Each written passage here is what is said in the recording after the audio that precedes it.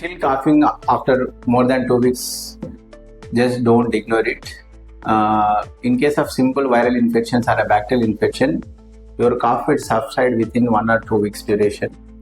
But if the patient is persistently having a more than 2 weeks duration of the cough, it may saying the patient is suffering with a asthma or an allergy or a tuberculosis or any long-term lung disease or even the malignancy also. So associated with loss of weight, and they're losing unexpected weight, and with the cough they're getting the blood, breathlessness and the chest pain, chest discomfort. Those cases definitely require the medical attention.